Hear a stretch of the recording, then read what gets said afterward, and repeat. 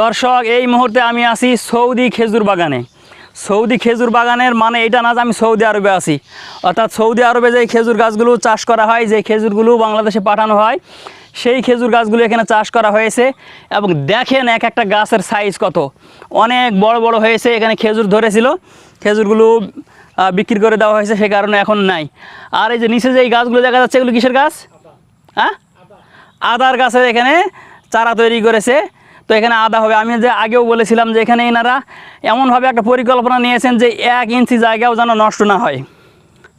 উপরে খেজুর গাছ হচ্ছে, উপরে খেজুর ধরবে, নিচে আবার আদার ওখানে চাষ করা হচ্ছে। তো এই আর কি ছিল আজকের বাগানের। খেজুর যদি থাকতো আপনাদেরকে দেখাইতে পারতাম, তাহলে খুব ভালো হতো। আচ্ছা, এখানে কি খেজুর ধরছিল? খেজুর খেয়েছিলেন?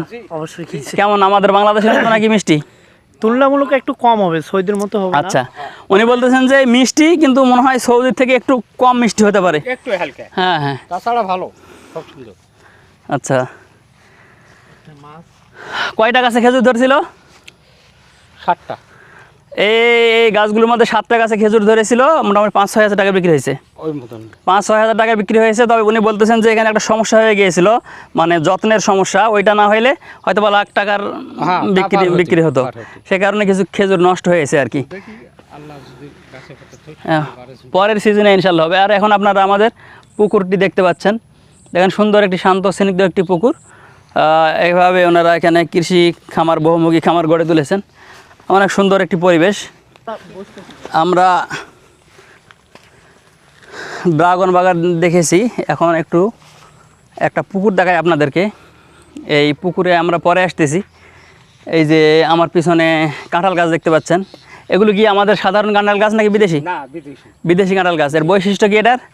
এটা কাঁঠাল কি ছোট সাইজ না বড় হয়? এখনো দেখা যায়নি। আচ্ছা, কাঁঠাল এখনো যেহেতু ধরেনি, ওনারা বলতে পারতেছেন না। আর কি। ওই যে দেখেন আমার পিছনে একটা সুন্দর একটা লিচুর গাছ। আর এই পুকুরটাকে খেয়াল করেন, পুকুরের চতুর্পাশে কলার গাছ লাগিয়ে দেওয়া হয়েছে। মানে কোনো একটু জমি এখানে বেকার, মানে নষ্ট করার কোনো সুযোগ নেই। এখন আমরা যাচ্ছি খেজুর বাগানে।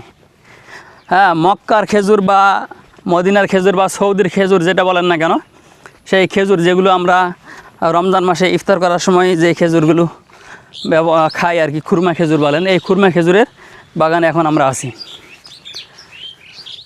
দর্শক, এই মুহূর্তে আমি আছি সৌদি খেজুর বাগানে। সৌদি খেজুর বাগানের মানে এটা না যে আমি সৌদি আরবে আছি, অর্থাৎ সৌদি আরবে যে খেজুর গাছগুলো চাষ করা হয়, যে খেজুরগুলো বাংলাদেশে পাঠানো হয়, সেই খেজুর গাছগুলো এখানে চাষ করা হয়েছে। এবং দেখেন এক একটা গাছের সাইজ কত, অনেক বড় বড় হয়েছে। এখানে খেজুর ধরেছিল, খেজুরগুলো বিক্রি করে দেওয়া হয়েছে, সে কারণে এখন নাই। আর এই যে নিচে যে এই গাছগুলো দেখা যাচ্ছে, এগুলো কিসের গাছ? হ্যাঁ, আদার গাছের এখানে চারা তৈরি করেছে। তো এখানে আদা হবে। আমি যে আগেও বলেছিলাম যে এখানে এনারা এমনভাবে একটা পরিকল্পনা নিয়েছেন যে 1 ইঞ্চি জায়গাও যেন নষ্ট না হয়। উপরে খেজুর গাছ হচ্ছে, উপরে খেজুর ধরবে, নিচে আবার আদার ওখানে চাষ করা হচ্ছে।